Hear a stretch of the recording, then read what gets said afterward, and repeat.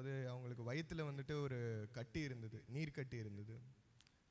Zion வந்துட்டு வயிற்றுக்குள்ளே இருக்கிறப்பே அந்த ஸ்கேன்லேயே அந்த கட்டி தெரிஞ்சிச்சு. அந்த டாக்டர் என்ன சொன்னாங்கன்னா, இந்த கட்டியை வந்துட்டு தம்பி பிறந்ததுக்கு அப்புறம் வந்துட்டு அதை சரி பண்ணிக்கலாம், இதை கட்டி ஒரு ப்ராப்ளமும் கிடையாது அப்படின்னாங்க.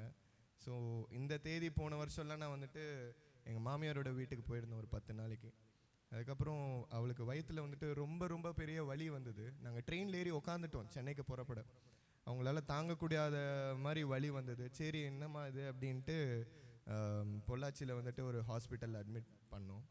அங்கே வந்துட்டு அவங்களுக்கு 4-5 பெயின் இன்ஜெக்ஷன் போட்டாங்க. இருந்துமே அந்த பெயின் குறையவே இல்லை.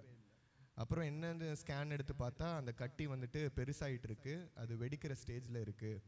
அது வெடித்தா என் மனைவியும் இருக்க மாட்டாங்க, பிள்ளையும் இருக்க மாட்டாங்கன்ற ஒரு சுச்சுவேஷன் வந்துச்சு. அந்த ஹாஸ்பிட்டலில், பொள்ளாச்சியில் அந்த பார்த்த ஹாஸ்பிட்டலில் வந்துட்டு பணம் பிடுங்கிறது தான் பார்த்தாங்க தவிர எப்படி காப்பாற்றணுன்றது வந்துட்டு பார்க்கவே இல்லை. அந்த நேரம் பார்த்து நான் வேலையை விட்ட நேரம், எனக்கு வேலையும் கிடையாது அப்போது. அதுக்கப்புறம் ரொம்ப சீரியஸ் கண்டிஷன் ஆகிட்டு இருக்கிறப்போ ஆம்புலன்ஸை வச்சு கோயம்புத்தூரில் ஒரு பெரிய ஹாஸ்பிட்டல், KMCH அப்படின்னு சொல்கிற ஒரு ஹாஸ்பிட்டலில் வந்துட்டு அட்மிட் பண்ணோம். அப்போ வந்து டாக்டர் எல்லாமே எக்ஸாமின் பண்ணி ஸ்கேன்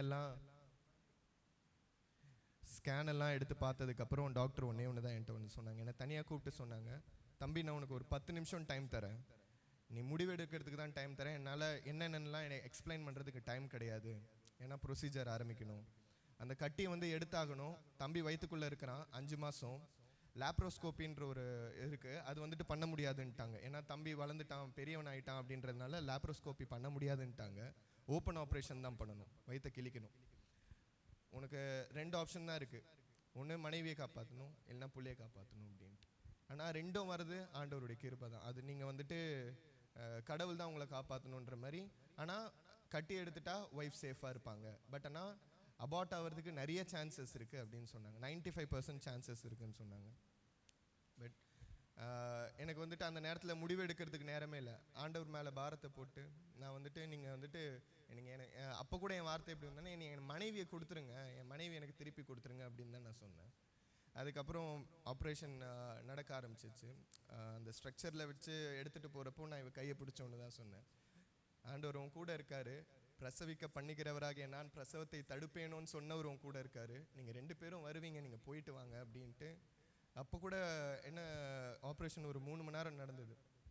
அந்த 3 மணி நேரமும் யாக்கோப் எப்படி ஆண்டவருடைய பாதத்தை உலுக்கி நான் என்னை ஆசீர்வதித்தால் ஒழிய நான் உண்மை விடமாட்டேன்னு சொல்கிறப்போ, அப்போ தான் நான் சின்ன வயசில் பண்ண பாவம் எல்லாம் என் கண்ணு முன்னாடி வந்தது.